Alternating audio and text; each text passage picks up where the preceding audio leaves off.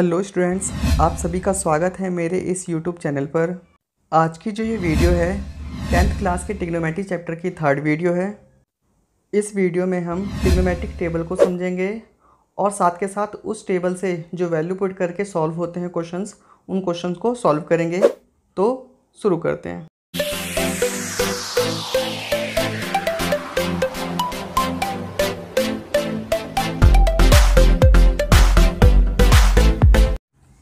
ये जो है हमारी ट्रिग्नोमेट्री की टेबल है। इसमें मान लो हमें जितने भी ट्रिग्नोमेट्री के रेशियो होते हैं, 6 रेशियो होते हैं, उन सब के अगर हमें वैल्यू एंगल किसी पर्टिकुलर एंगल पे निकालनी है तो हम इस टेबल का यूज़ करते हैं। जैसे कि हमें sin 30 की वैल्यू निकालनी है तो sin और 30, sin 30 पे ये वैल्यू कितनी आएगी 1/2। तो मतलब sin 30 की वैल्यू जो होती है वो कितनी होती है 1/2। अगर इसी तरीके से हमें cot 45 की वैल्यू निकालनी है तो cot पर जाएंगे और 45 पे जाएंगे। तो cot 45 की वैल्यू कितनी होती है 1। tan अगर हम 60 के देखें तो देखो tan 60 कितनी होती है √3। इसी तरीके से अगर हम cos 0 पे देखें तो cos 0 पे कितना होता है 1। तो इस तरीके से हम टेबल की वैल्यूज़ को देखते हैं। बाकी हमारे पास दो और हैं। जैसे कि हमें मान लो sec 90 की वैल्यू निकालनी, तो sec यहाँ पर है, 90 यहाँ पर आएगा। तो sec 90 की वैल्यू होता है नॉट डिफाइंड। ND का मतलब यहाँ पे नॉट डिफाइंड, मतलब इसकी वैल्यू डिफाइन नहीं है। इसी तरीके से अगर हमें cosec 60 की वैल्यू निकालनी है तो cosec और 60 आएगा यहाँ पर, तो कितना आ जाएगा √2/3। ये वैल्यू आदि कैसे है, ये याद कैसे करना है आपको, उसके लिए देखो ये टेबल बनाना आप खुद सीख सकते हो। सबसे पहले हमारे पास ट्रिग्नोमेट्री के जो रेशियोज़ हैं उन्हें लिख दिया, sin, cos, tan, cot, इसके नीचे sec और cosec। और एंगल्स को लिख दिया हमने 0 डिग्री, 30 डिग्री, 45 डिग्री, 60 डिग्री और 90 डिग्री। तो सबसे पहले हमें साइन की वैल्यू निकालनी होगी। साइन की वैल्यू निकालने के लिए देखो हमने पहले होल नंबर्स लिखे।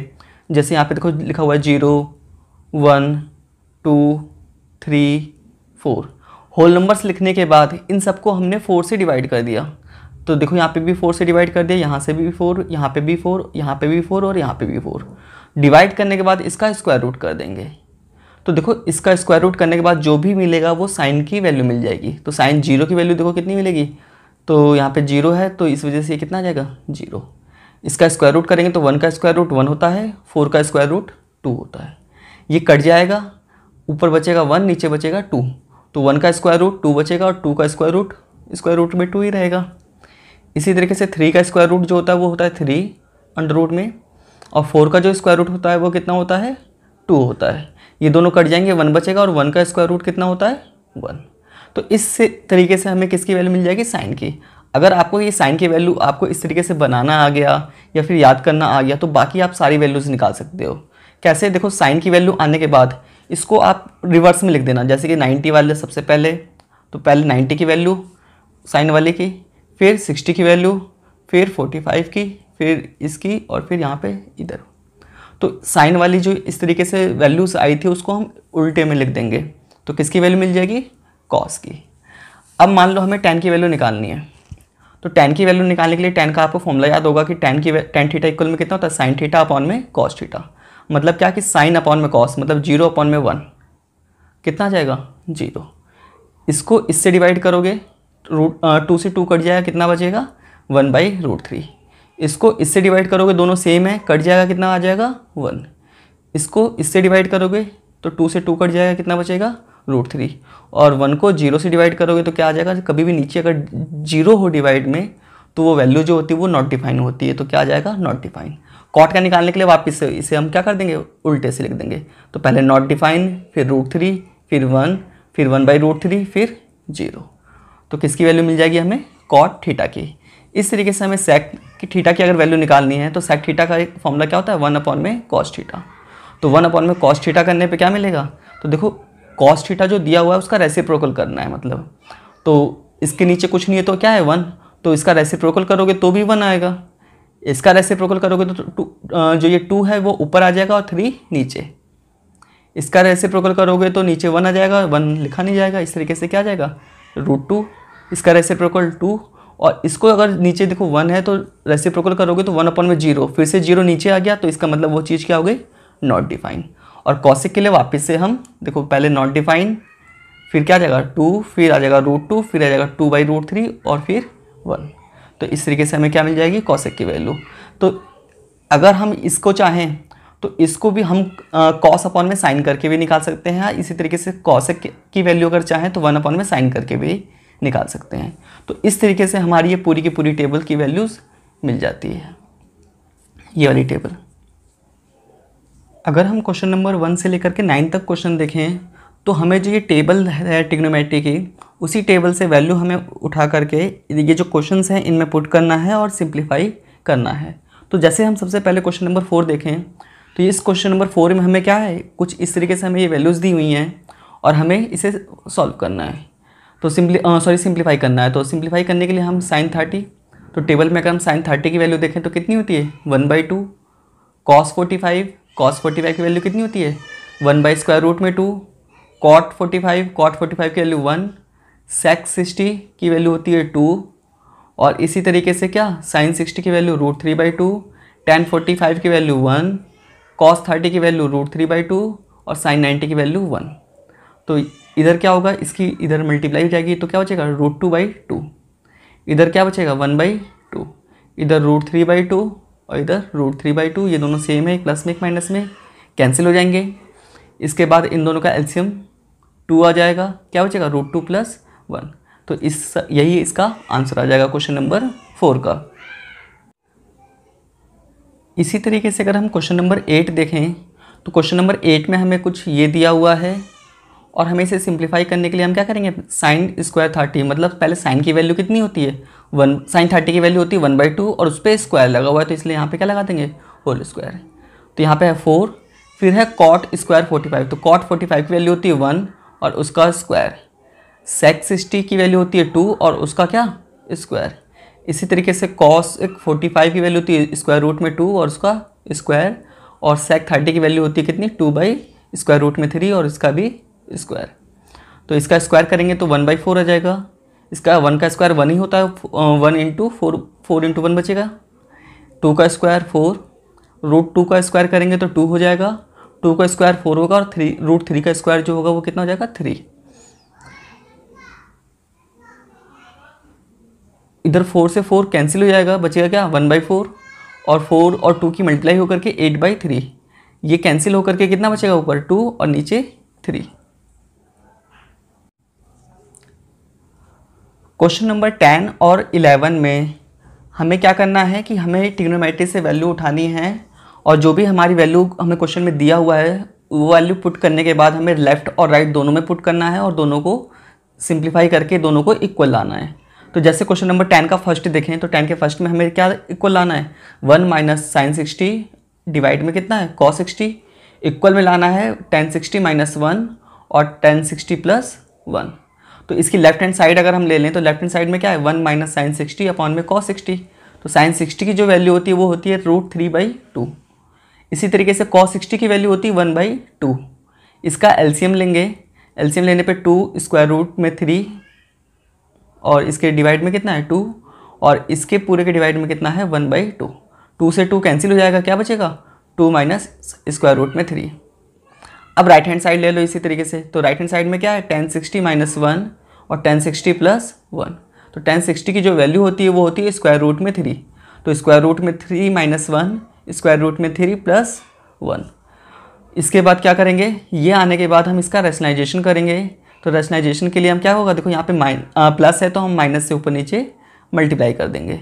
तो ये मल्टीप्लाई करने के बाद नीचे जो फॉर्मूला लगेगा वो a + b a - b। तो a² - b² तो √3 का स्क्वायर 3 - 1 और ये दोनों सेम चीज़ हैं। तो अगर दो सेम चीज़ अगर मल्टीप्लाई होती है तो वो क्या हो जाता है होल स्क्वायर हो जाता है। तो होल स्क्वायर वाला फॉर्मूला क्या होता है a² + b² - 2ab। तो 3 + 1 कितना हो जाएगा 4 और इसमें ऊपर से 2 कॉमन है, 2 कॉमन लेकर के इस 2 से काटेंगे तो यहाँ पे 2 कॉमन लेने के बाद क्या बचेगा 2 और यहाँ पे 2 कॉमन लेने के बाद क्या बचेगा स्क्वायर रूट में 3। तो देखो राइट हैंड साइड और लेफ्ट हैंड साइड दोनों ही आपस में क्या आ गई इक्वल आ गई। क्वेश्चन नंबर 12 और 13 दोनों एक ही तरीके से हैं। इसमें एंगल ए दिया हुआ है, उस एंगल ए की वैल्यू लेफ्ट हैंड साइड और राइट हैंड साइड दोनों ही साइड में पुट करना है और पुट करने के बाद हमें जैसे क्वेश्चन नंबर 10 और 11 करा है उस तरीके से सिंप्लीफाई कर देंगे। जैसे हम 13 का अगर हम फर्स्ट देखें तो 13 के फर्स्ट में क्या दिया हुआ है, एंगल ए 30 दिया हुआ है और हमें ये प्रूव करके लाना है कि साइन 2a इक्वल में कितना 2 tan a अपॉन में 1 प्लस tan स्क्वायर a। तो हमने लेफ्ट हैंड साइड लिया, लेफ्ट हैंड साइड में क्या है साइन 2a, तो a की जगह पे हम कितना रख देंगे 30, तो 2 से मल्टीप्लाई होगा 30 का तो कितना हो जाएगा 60, और साइन 60 की जो वैल्यू होती है वो कितनी होती है स्क्वायर रूट में 3/2। इसके बाद हम राइट हैंड साइड ले लेंगे, तो राइट हैंड साइड में क्या है 2 tan a और डिवाइड में कितना 1 प्लस tan स्क्वायर a। तो a की वैल्यू रखेंगे 30, तो इसके बाद 30 रखने के बाद कुछ इस तरीके से हमें क्या मिल जाएगी tan 30 की वैल्यू 1 अपॉन में स्क्वायर रूट में 3, और इसमें tan 30 का स्क्वायर करेंगे मतलब 1 अपॉन में रूट 3 का स्क्वायर करेंगे तो कितना हो जाएगा 1/3। इन दोनों की मल्टीप्लाई होगी तो कितना हो जाएगा 2/√3, इन दोनों का एलसीएम लेंगे तो 3 + 1 4/3 हो जाएगा। इसकी इधर मल्टीप्लाई होगी और इसकी इधर, तो मल्टीप्लाई करने के बाद क्या हो जाएगा 2 की मल्टीप्लाई किससे होगी 3 से, तो 6 हो जाएगा। इसी तरीके से 4 की मल्टीप्लाई किससे होगी √3 से, तो यहाँ पे ये आ जाएगा, ये दोनों ही 2 से कट जाएंगे, कितना बचेगा 3/2, तो कितना आ जाएगा 3/2√3। अब जो ये बचा है इसका रेशनलाइजेशन कर देंगे, रेशनलाइजेशन के लिए जो नीचे स्क्वायर रूट है उसका ऊपर नीचे मल्टीप्लाई, तो मल्टीप्लाई करेंगे तो फिर ऊपर कितना आ जाएगा 3√3 और नीचे √3 की √3 से मल्टीप्लाई होगा तो 3 हो जाएगा, वो वाला 3 इस 3 से कट जाएगा, बचेगा कितना √3/2। तो लेफ्ट और राइट इक्वल आ गए, तो ये प्रूव हो गया। क्वेश्चन नंबर 14 और 15 एक ही तरीके से हैं।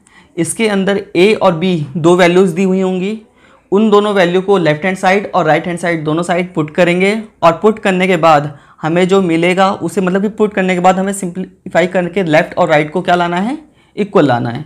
तो सबसे पहले अगर हम क्वेश्चन नंबर 15 को देखें तो 15 में a कितना दिया हुआ है 60 और b कितना दिया हुआ है 30। इसका अगर हम सेकंड पार्ट देखें तो हमें ये प्रूफ करके लाना है, तो cos a minus B equal में cos a cos b और प्लस में क्या sin a sin b। तो लेफ्ट हैंड साइड ले लिया हमने, लेफ्ट में क्या है cos a माइनस बी, तो a की जगह पे हम कितना पुट कर देंगे 60 और b की जगह पे 30, तो इन दोनों को माइनस करने पे कितना बचेगा 30, और cos 30 की जो वैल्यू होती है वो कितनी होती है स्क्वायर रूट में 3/2। ये आ गई left hand side. Right hand side के लिए हमने राइट हैंड साइड लिखा, a की जगह पे a की वैल्यू पुट कर दी और b की जगह पे b की वैल्यू, तो cos 60 की वैल्यू होती है 1/2, cos 30 की वैल्यू √3/2, sin 60 की वैल्यू √3/2 और sin 30 की वैल्यू 1/2। इधर मल्टीप्लाई करने पे 4 हो जाएगा, इधर भी मल्टीप्लाई करने पे 4 हो जाएगा, ऊपर √3 ही रहेगा।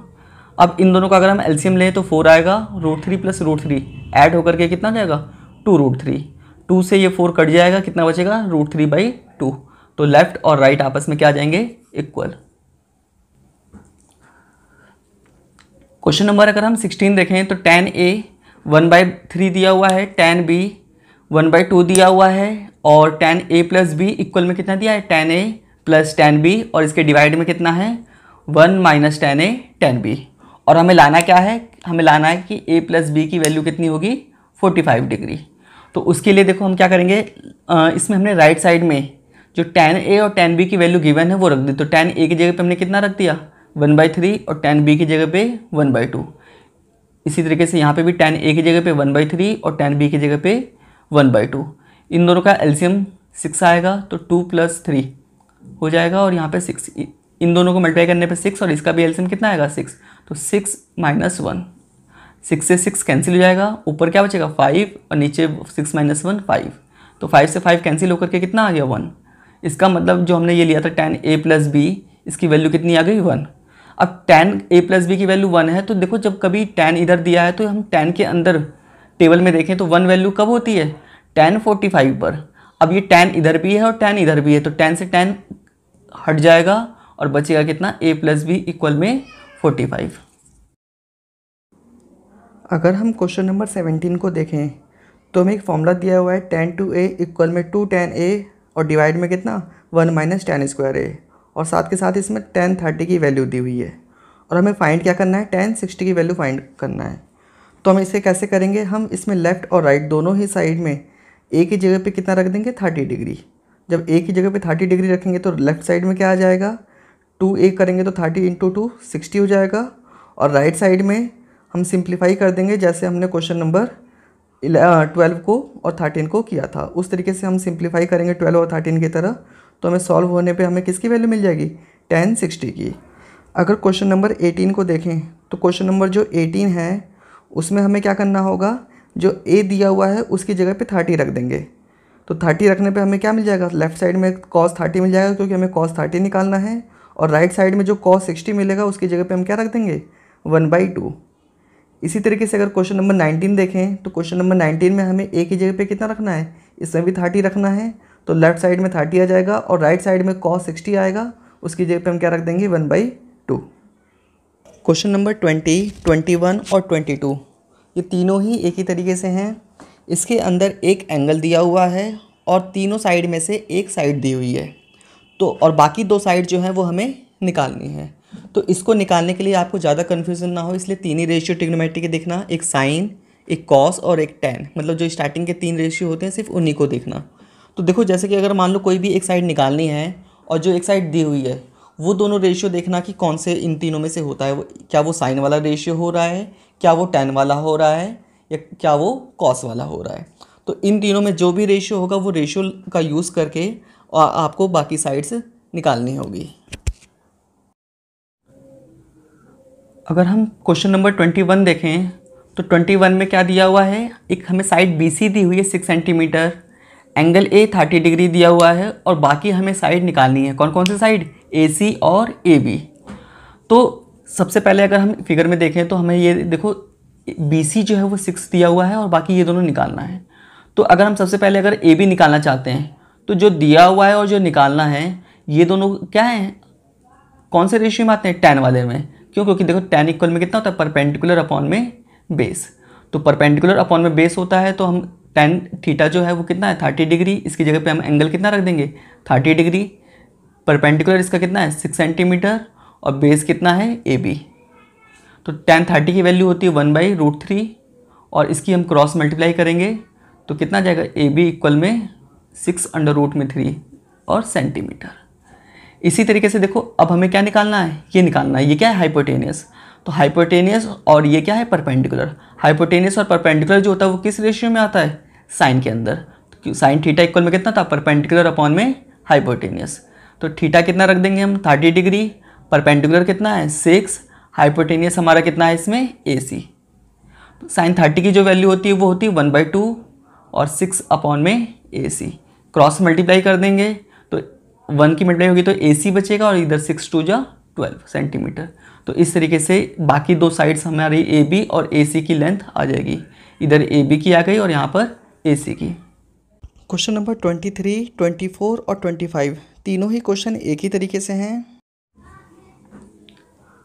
अगर हम क्वेश्चन नंबर 24 को देखें तो 24 क्वेश्चन में क्या दिया हुआ है, sine A minus B equal में 1/2 दिया हुआ है और cos A plus B equal में 1/2 दिया हुआ है और हमें निकालना क्या है, A और B की वैल्यू को निकालना है। तो हमने देखो इस तरीके से ले लिया, sine A minus B equal में हाफ।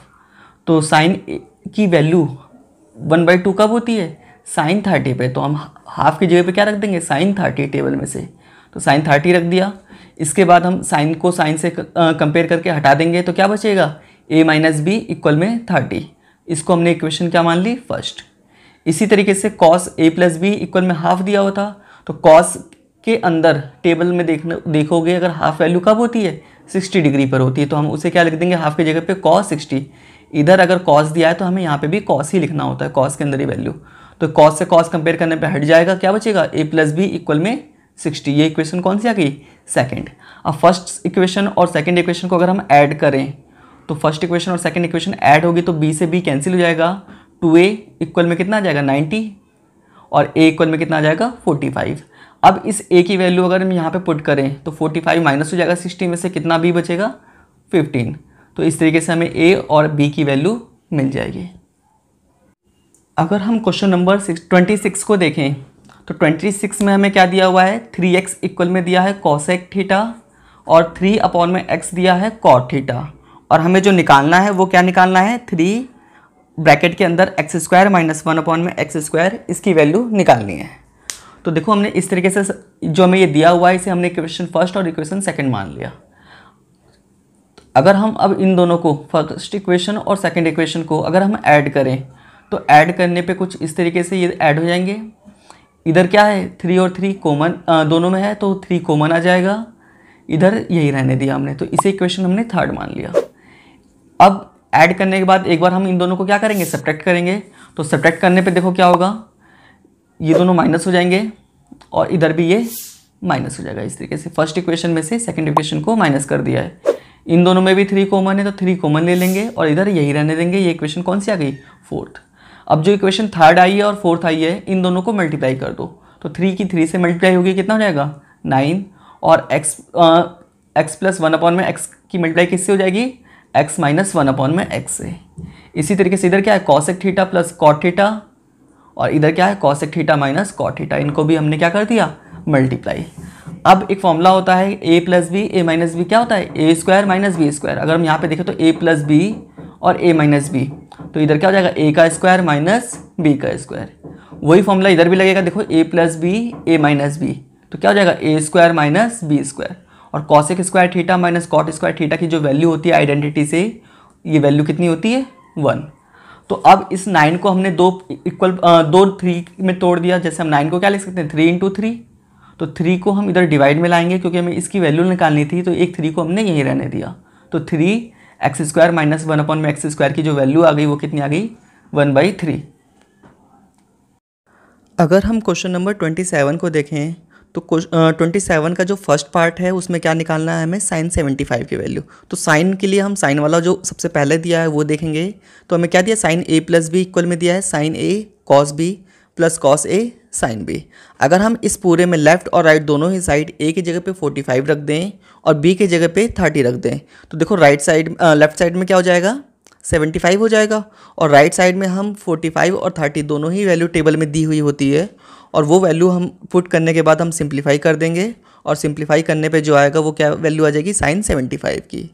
इसी तरीके से सेकंड में हमें कॉस 15 की वैल्यू निकालनी है।